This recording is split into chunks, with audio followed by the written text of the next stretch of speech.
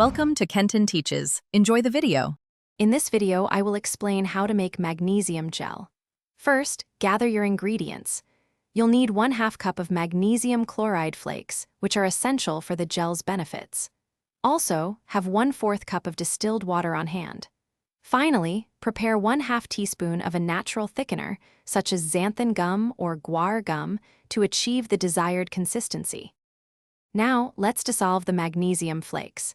Gently heat the 1/4 cup of distilled water until it's warm, but not boiling. This helps the flakes dissolve more easily. Carefully add the 1/2 cup of magnesium chloride flakes to the warm water. Stir the mixture continuously until all the flakes are completely dissolved, creating a clear magnesium solution.